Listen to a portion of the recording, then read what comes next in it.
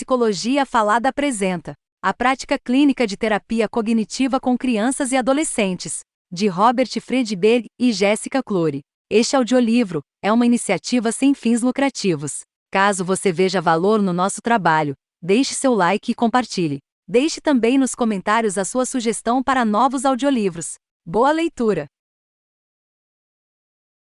Introdução. Quando começamos a escrever este livro, pensamos como devemos começar. Como terapeutas cognitivos, achamos natural começar apresentando uma série de questões ao leitor, bem como a nós mesmos, em relação ao objetivo do livro, a seu conteúdo e a seu formato. Quem somos nós? Somos terapeutas cognitivos em diferentes estágios de nossas carreiras. Robert Friedberg é um psicólogo clínico que se encontra nos estágios intermediários de sua carreira, enquanto Jessica M.C. Clory está iniciando profissionalmente. O Dr. Friedberg tem lidado com crianças e suas famílias em uma variedade de situações ambulatoriais e hospitalares. Seu trabalho é fundamentalmente moldado pelos escritos de Aaron Beck e de Martin Seligman, bem como por seus mentores Christine Padesky e Raymond Fidaleo. A doutora M.C. Clory tem tido experiência clínica com crianças e adolescentes em uma variedade de ambientes, incluindo hospitais psiquiátricos, centros médicos pediátricos, clínicas ambulatoriais e programas inovadores de prevenção. Começou-se a escrever este texto quando a doutora M.C. Clory estagiava sob a supervisão do Dr. Friedberg. Acreditávamos que um livro escrito por dois psicólogos em diferentes pontos de suas carreiras falaria a profissionais com diferentes níveis de experiência. Por que escrever um livro sobre terapia cognitiva com crianças e adolescentes? Queríamos escrever um livro que fizesse uso de princípios da terapia cognitiva e oferecesse uma estrutura teórica coerente. A terapia cognitiva, conforme desenvolvida por Aaron Beck, é um sistema clínico e teórico robusto, aplicado a muitos problemas e a vários grupos de adultos, mas poucos textos de terapia cognitiva sobre crianças aplicam a abordagem de Beck. Além disso, frequentemente falta à psicoterapia infantil um foco teórico coerente. O que este livro lhe ensinará? Este livro oferece um apoio completo sobre como fazer terapia cognitiva com crianças em idade escolar e com adolescentes. Além de ensinar muitas técnicas, o livro também enfatiza os princípios orientadores que moldam a terapia cognitiva de Beck. O empirismo colaborativo e a descoberta orientada, motivos condutores da terapia cognitiva, são definidos no capítulo 3 e ilustrados no decorrer do texto. A estrutura da seção que caracteriza a terapia cognitiva é descrita no capítulo 4. Aplicar técnicas cognitivo-comportamentais na ausência de uma conceitualização de caso é um dos principais erros clínicos, pois técnicas desincorporadas de teoria fracassam. Consequentemente, a conceitualização de caso apresenta-se como um esquema básico para o sucesso na terapia cognitiva. As ferramentas que usamos para construir uma formulação de caso são apresentados no capítulo 2. Este livro também leva em consideração questões multiculturais e relativas ao desenvolvimento. Sensibilidade ao desenvolvimento é crucial para o sucesso de um trabalho cognitivo-comportamental com crianças. Por isso, questões de desenvolvimento social são delineadas ao final deste capítulo introdutório. Além disso, explicamos como se poderiam adaptar diferentes técnicas para crianças menores e adolescentes. O capítulo 2 discute a incorporação de aspectos multiculturais e de fatores familiares em uma conceitualização de caso abrangente. Os capítulos 5 a 14 descrevem várias estratégias de tratamento cognitivo-comportamental, variando de identificação do problema a técnicas para criar um diálogo socrático com crianças e adolescentes em forma de intervenção cognitivo-comportamental amistosa à criança. Cada capítulo lida com a aplicação desses métodos a crianças pequenas e adolescentes. Além disso, as abordagens cognitivo-comportamentais para jovens deprimidos, ansiosos e agressivos são tratadas em capítulos separados. O que é terapia cognitiva? A terapia cognitiva baseia-se na teoria da aprendizagem social e usa uma mistura de técnicas, muitas das quais baseadas em modelos de condicionamento operante clássico. Em resumo, a teoria da aprendizagem social parte do pressuposto de que o ambiente, as características temperamentais e o comportamento situacional de uma pessoa determinam-se reciprocamente e que o comportamento é um fenômeno dinâmico, em evolução. Os contextos influenciam o comportamento, e este, por sua vez, molda os contextos. Algumas vezes os contextos podem ter influência mais poderosa sobre o comportamento de uma pessoa, enquanto em outras, preferências, disposições e características pessoais determinarão o comportamento. Imagine que uma criança deve escolher um instrumento para tocar na banda da escola. Se todos os instrumentos estiverem disponíveis, a escolha, saxofone, será predominantemente em função de suas características individuais. Entretanto, se apenas alguns instrumentos estiverem disponíveis, trompete, flautas e clarinetes, e muitos alunos estiverem competindo por cada instrumento, os fatores contextuais irão predominar. A avaliação da criança em cada situação moldará seu comportamento. Por exemplo, sua participação em atividades musicais da escola pode aumentar ou diminuir. Esta escola é uma droga. Eles não têm saxofones. Ou uau, eu vou tocar trompete. Esse comportamento moldará o contexto no qual os instrumentos musicais são apresentados. Evidentemente, a teoria da aprendizagem social explícita e implicitamente encoraja os clínicos a examinarem a influência dinâmica mútua entre os indivíduos e o contexto mais amplo em que eles se comportam. Além disso, a teoria da aprendizagem social examina a forma como o comportamento afeta as circunstâncias atuais. A terapia cognitiva sustenta que 5 elementos interrelacionados estão envolvidos na conceitualização de dificuldades psicológicas humanas. São eles: contexto interpessoal ou ambiental, fisiologia, funcionamento emocional, comportamento e cognição do indivíduo. Todos esses aspectos modificam-se e interagem, criando um sistema dinâmico e complexo. O modelo cognitivo foi ilustrado graficamente em muitas outras publicações. Sintomas cognitivos, comportamentais, emocionais e fisiológicos ocorrem em um contexto interpessoal ou ambiental. Portanto, o modelo incorpora explicitamente questões de contexto sistêmico, interpessoal e cultural que são tão essenciais à psicoterapia infantil. Os sintomas não ocorrem no vazio, portanto os clínicos deveriam considerar as circunstâncias particulares ao avaliar e tratar uma criança ou adolescente. Em geral, embora considerando o contexto, os terapeutas cognitivos intervêm em nível cognitivo-comportamental para influenciar padrões de pensamento, de ação, sentimentos e reações corporais.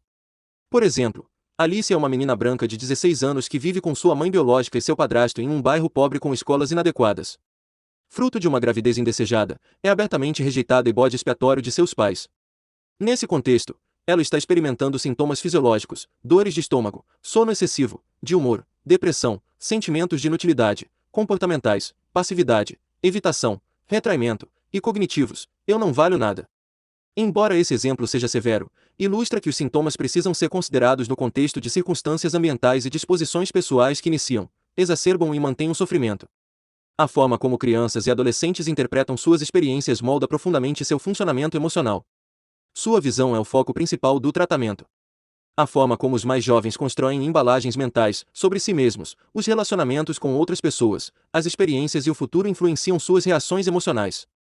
As crianças e os adolescentes não recebem ou respondem passivamente a estímulos ambientais, antes, elaboram ativamente informações selecionando, codificando e explicando as coisas que acontecem a si e aos outros. Esse sistema de processamento de informação é hierarquicamente organizado em camadas, consistindo de produtos cognitivos, operações cognitivas e estruturas cognitivas, e tem como produtos pensamentos automáticos. Estes são pensamentos ou imagens do fluxo de consciência específicos da situação e passam pela mente das pessoas durante uma mudança de humor. Portanto, Bárbara pode convidar uma amiga para brincar durante o recreio e a amiga pode recusar, dizendo que quer brincar com outra criança. Situação: Bárbara fica triste, emoção, e interpreta a situação dizendo a si mesma: Judy não é mais minha amiga. Ela não gosta de mim. Pensamento automático. Os pensamentos automáticos, relativamente fáceis de identificar, têm recebido muita atenção na literatura de terapia cognitiva. Entretanto, eles representam apenas um elemento no modelo cognitivo. As distorções cognitivas também têm sido dignas de considerável atenção, refletindo processos cognitivos nesse modelo. As distorções transformam a informação que chega de modo que os esquemas cognitivos permaneçam intactos, influenciam os processos de assimilação e mantêm a homeostase.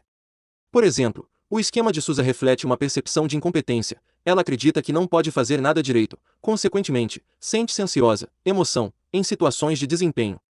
Por isso, Susan pode tirar uma nota alta em uma prova de matemática, situação, e acreditar que a nota não importa porque a prova foi muito fácil, pensamento automático, depreciando seu sucesso, distorção cognitiva. A informação discrepante em relação à sua crença central é invalidada, o esquema cognitivo permanece intacto, perpetuando-se através do processo de distorção. Susan é incapaz de extrair dados confirmatórios do ambiente. A escola provavelmente continuará sendo uma situação que a expõe à pressão de desempenho e autodepreciação, enquanto a menina, por sua vez, provavelmente continuará a temer pressões de desempenho. Os esquemas cognitivos representam estruturas centrais de significado que direcionam a codificação de atenção e a lembrança. Os esquemas induzem produtos e operações cognitivas, que refletem as crenças mais básicas que um indivíduo mantém. Descreveu o esquema como a unidade cognitiva que armazena a experiência de uma forma tão fiel que a pessoa pode reconhecer um evento passado. Imagine um jovem de 15 anos, com ansiedade social, que lembra de ter sido humilhado em um encontro de escoteiros lobinhos quando tinha 6 anos. Toda vez que entra em uma situação social nova, seu esquema o leva de volta à humilhação original, de modo que ele se sente como se estivesse revivenciando o evento. Talvez isso explique o fenômeno clínico no qual clientes parecem tão regredidos e imaturos quando estão severamente angustiados. No caso desse menino de 15 anos, sempre que seus botões esquemáticos são acionados, ele se vê e vê o mundo através dos olhos de um lobinho de 6 anos desprezado. O material esquemático é relativamente inacessível e frequentemente permanece latente até ser ativado por um estressor. Na teoria cognitiva, os esquemas podem representar um fator de vulnerabilidade que predispõe crianças a sofrimentos emocionais. Conceitualmente, um estilo atributivo pessimista pode ser considerado uma diátese para a depressão na infância. Os esquemas desenvolvem-se cedo na vida, tornam-se reforçados com o passar do tempo e, como consequência de repetidas experiências de aprendizagem, consolidam-se por volta da adolescência e início da vida adulta. O primeiro material esquemático pode ser codificado em nível pré-verbal, podendo conter imagens não verbais além de material verbal. Os esquemas das crianças tendem a não ser tão bem consolidados quanto os esquemas adultos. Por exemplo, Nolan e Oxemas de Gus concluíram que o estilo atributivo pessimista é determinado por volta dos 9 anos de idade, mas os efeitos nocivos deste estilo podem aparecer somente vários anos mais tarde. De fato, Turner e Corey verificaram que a diátese cognitiva era mais notável em alunos de 8ª série do que em alunos de 4ª ou 6ª séries. Como a maioria dos terapeutas percebe, reconhecer quando cognições significativas foram identificadas não é tão simples como superficialmente parece, é necessário um guia ou um mapa. A terapia cognitiva fornece um modelo útil através de um entendimento da hipótese de especificidade do conteúdo, a qual postula que diferentes estados emocionais são caracterizados por diferentes cognições e cujos aspectos foram submetidos a uma investigação empírica que lhe dá apoio. De acordo com a hipótese de especificidade do conteúdo, a depressão é caracterizada pela clássica tríade cognitiva negativa. Indivíduos deprimidos tendem a explicar eventos desfavoráveis por meio de uma visão autocrítica: eu sou um idiota, uma visão negativa de suas experiências com outras pessoas, tudo está perdido. Ninguém vai gostar de mim, e uma visão negativa do futuro, vai ser deste jeito para sempre. Os pensamentos de uma pessoa deprimida tendem a ser direcionados ao passado e representam temas enfocando perda. A ansiedade é caracterizada por grupos de cognições diferentes da depressão. Na ansiedade, catastrofização é comum, os pensamentos de indivíduos ansiosos tendem a ser direcionados ao futuro e caracterizados por previsões de perigo. O capítulo 6, sobre identificação de pensamentos e sentimentos, estende-se um pouco mais sobre a hipótese de especificidade do conteúdo e sua aplicação clínica. De modo geral, esses princípios da terapia cognitiva são bastante pesquisados e teoricamente firmes. Como consequência, a teoria cognitiva fornece uma base sólida para trabalhar com crianças e leva a intervenções teoricamente instigantes baseadas na conceitualização de caso. Por exemplo, nos centramos nos sistemas de processamento de informação da criança como uma forma de identificar seus pensamentos automáticos e seus esquemas cognitivos. A hipótese de especificidade do conteúdo fornece uma estrutura para reconhecer seus pensamentos automáticos que mantêm e perpetuam esquemas mal adaptativos, bem como um método para determinar sua relação com a estimulação afetiva negativa da criança. Compreendendo, se a teoria cognitiva, os processos e as estratégias de intervenção adequadas, pudesse desenvolver o conhecimento básico e as habilidades necessárias para conduzir uma terapia cognitiva efetiva. Quais as semelhanças entre terapia cognitiva com adultos e terapia cognitiva com crianças e adolescentes? Embora a terapia cognitiva deva ser adaptada para adequar-se às características individuais das crianças, vários princípios originalmente estabelecidos através do trabalho com adultos ainda se aplicam. Por exemplo, o empirismo colaborativo e a descoberta orientada são úteis com crianças. Além disso, a estrutura da sessão também pode ser flexivelmente aplicada com crianças. Portanto, estabelecimento da agenda e evocação de feedback são princípios centrais que orientam a terapia cognitiva com crianças. Segler e Guevremont observam corretamente que a tarefa de casa é um elemento central nas terapias cognitivo-comportamentais, que permite às crianças experimentar habilidades em contextos da vida real. A terapia cognitiva com crianças permanece focalizada no problema, ativa e orientada ao objetivo, assim como a terapia com adultos. Quais as diferenças entre terapia cognitiva com adultos e terapia cognitiva com crianças e adolescentes ao mesmo tempo? A terapia cognitiva com crianças difere da terapia cognitiva com adultos. Primeiro, poucas crianças vêm para a terapia por sua própria vontade. Elas são trazidas para tratamento em geral pelos responsáveis, devido a problemas que elas podem ou não admitir que têm. Além disso, a experiência clínica sugere que frequentemente as crianças são encaminhadas para a terapia porque suas dificuldades psicológicas criam problemas para algum sistema, pais, família, escola. As crianças raramente iniciam o tratamento, assim como não podem escolher quando ele termina.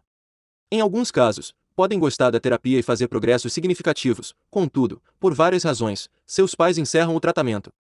Em outros casos, as crianças podem evitar o processo terapêutico e até temer a terapia, mas circunstâncias externas, pais, determinação de juizado de menores, exigência da escola, pais, podem forçá-las a continuar. Em nenhum dos casos as crianças controlam o processo. Embora muitas delas possam receber bem a oportunidade de revelar pensamentos e sentimentos a um adulto, para outras, a experiência de ir à psicoterapia para falar com um adulto em uma posição de autoridade cria uma quantidade substancial de ansiedade. Não surpreendentemente, as crianças com frequência verbalizam um senso realístico de incontrolabilidade, portanto, deve-se trabalhar com diligência para envolver a criança no processo de tratamento e aumentar sua motivação. A terapia cognitiva com crianças baseia-se geralmente em uma abordagem empírica, de aqui e agora. Visto que as crianças são orientadas à ação, elas aprendem com facilidade fazendo. Associar habilidades de controle a ações concretas provavelmente ajuda as crianças a prestar atenção, a lembrar e a realizar o comportamento desejado. Além disso, a ação na terapia é estimulante. A motivação das crianças aumentará quando elas estiverem se divertindo. As crianças agem dentro de sistemas como famílias e escolas. Ronen observou apropriadamente que o foco da TCC, terapia cognitivo-comportamental, está no tratamento de crianças no interior de seu ambiente natural, seja a família, a escola ou o grupo de iguais. Consequentemente, os terapeutas devem avaliar as questões sistêmicas complexas que circundam os problemas das crianças e elaborar planos de tratamento adequados às suas necessidades. Sem considerar as questões sistêmicas, os terapeutas ficam voando às cegas. Os sistemas nos quais as crianças atuam podem reforçar ou extinguir habilidades adaptativas de controle. O envolvimento da família e reuniões com a escola são cruciais para o início, a manutenção e a generalização bem-sucedidos de ganhos terapêuticos. As crianças têm capacidades, limitações, preferências e interesses diferentes dos adultos. Sentar em uma cadeira olhando outra pessoa falar sobre problemas psicológicos pode parecer estranho e perturbador para os mais jovens.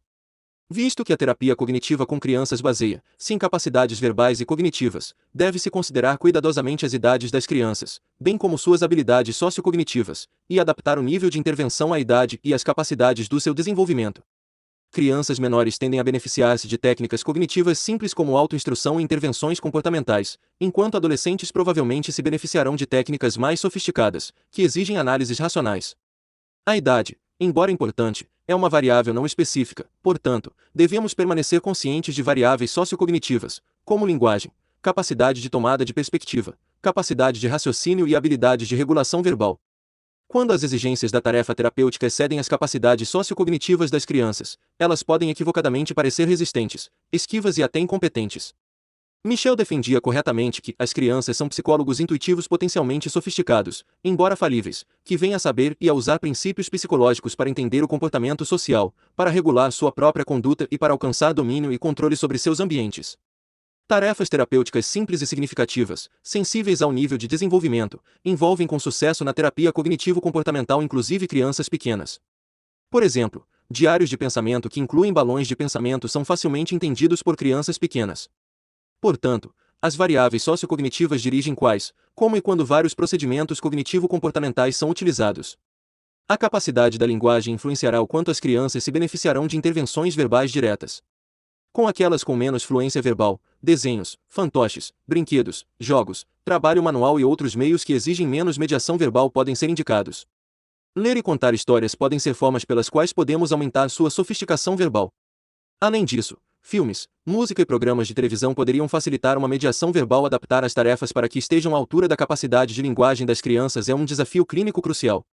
Vários autores delinearam importantes variáveis e tarefas do desenvolvimento para serem consideradas por terapeutas cognitivos. Observam que, para determinar se o comportamento de uma criança é problemático, é necessário um entendimento das tarefas do desenvolvimento exigidas com que elas se defrontam. À medida que as crianças crescem, espera-se que obtenham controle de seus esfíncteres. Espera-se que aprendam que seus pais sempre voltam, e parem de chorar quando eles saem, e espera-se que gradualmente obtenham habilidades de autocontrole, desenvolvam a positividade e uma capacidade de autoavaliação e aprendam a conduzir a comunicação e a negociação verbal em vez de chorar sempre que desejam alguma coisa. Quando o comportamento das crianças desvia-se significativamente das expectativas do desenvolvimento, os clínicos trabalham para corrigir esses processos descarrilados. De fato, orientar crianças e suas famílias através desses desvios de desenvolvimento é frequentemente um dos focos principais do tratamento. Neste livro, tentamos mostrar uma forma lúdica e divertida de trabalhar com crianças. Embora muitas das questões psicológicas que desafiam as crianças sejam dolorosas e penosas para elas, temas desconfortáveis podem ser abordados de maneira imaginativa, criativa e envolvente. Em nossa experiência, parece que quanto mais as crianças estão envolvidas e comprometidas, menos a terapia parece um trabalho. O reforço explícito é uma parte central deste trabalho.